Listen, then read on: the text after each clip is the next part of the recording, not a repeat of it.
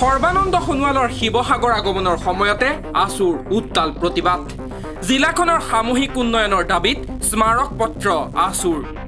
শিৱসাগৰত অনুষ্ঠিত অসম ৰাজ্যিক বিজেপি যুৱ মৰ্চাৰ কাৰ্যনিৰ্বাহক সভালৈ আজি মুখ্যমন্ত্ৰী সৰ্বানন্দ সোণোৱাল অহাৰ প্ৰাক মুহূৰ্তত শিৱসাগৰ জিলা ছাত্ৰ সন্থাই শিৱসাগৰৰ জিলা উপায়ুক্ত কাৰ্যালয়ৰ সন্মুখত এক প্ৰতিবাদী কাৰ্যসূচী ৰূপায়ণ কৰে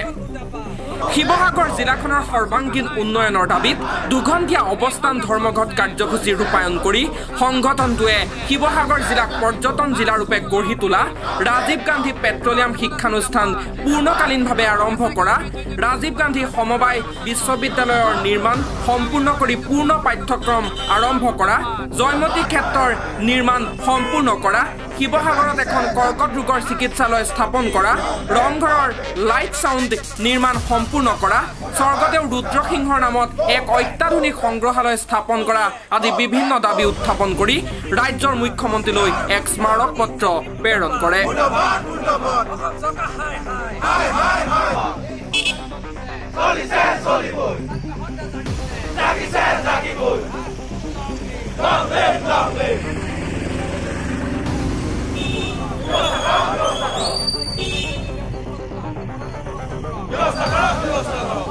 সদৌ শিৱসাগৰ জিলা ছাত্ৰ সন্থাই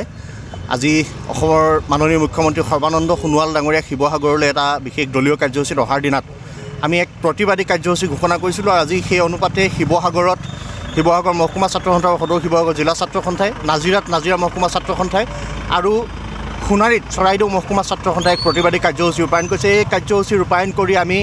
শিৱসাগৰৰ উন্নয়নত ৰাজ্য চৰকাৰৰ যি অমনোযোগিতা আৰু ব্যৰ্থতা তাৰ সমান্তৰালভাৱে শেহতীয়াকৈ অসম আৰক্ষীত উপ পৰিদৰ্শক নিযুক্তিৰ বাবে যি লিখিত বাছনি পৰীক্ষা অনুষ্ঠিত হৈছিল সেই পৰীক্ষা সুকলমে অনুষ্ঠিত কৰাত অসম চৰকাৰৰ ব্যৰ্থতাৰ প্ৰতিবাদত আৰু এই যি অনিয়ম সংঘটিত হ'ল এই সমগ্ৰ পৰীক্ষাৰ প্ৰক্ৰিয়াটোত সেই অনিয়মৰ এক ন্যায়িক তদন্তৰ ঘোষণা কৰাৰ দাবীত আমি সদৌ শিৱসাগৰ জিলা ছাত্ৰ সন্থাই আজি শিৱসাগৰৰ তিনিওটা মহকুমা ছাত্ৰ সন্থাতে আমি দুঘণ্টীয়া অৱস্থানেৰে বিক্ষোভ কাৰ্যসূচী ৰূপায়ণ কৰিছোঁ তাৰ সমান্তৰালভাৱে আমি দাবী জনাব বিচাৰিছোঁ যিহেতু শিৱসাগৰ এখন ঐতিহাসিক স্থান শিৱসাগৰক এখন পৰ্যটন নগৰীৰূপে গঢ়ি তোলাৰ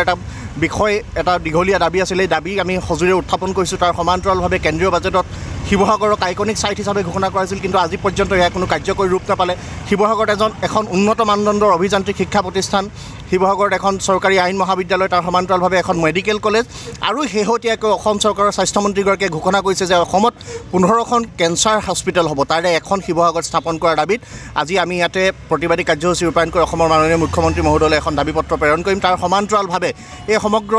আৰক্ষীৰ নিযুক্তি যি পৰীক্ষাৰ যিটো বিসংগতি এই বিসংগতি সন্দৰ্ভত এটা ন্যায়িক তদন্ত যিহেতু আমি দাবী কৰিছোঁ তাৰ সমান্তৰালভাৱে প্ৰধানমন্ত্ৰী ডাঙৰীয়াৰ হস্তক্ষেপ কামনা কৰি আমি ভাৰতৰ প্ৰধানমন্ত্ৰী ডাঙৰীয়ালৈ আমি ইয়াৰ পৰা দাবী পত্ৰ প্ৰেৰণ কৰিম ভিডিঅ' জাৰ্নেলিষ্ট মুন্নাৰ সহযোগত শিৱসাগৰৰ পৰা সৈয়দ মুস্তাকুৰ ৰহমান দ্য হৰাইজন।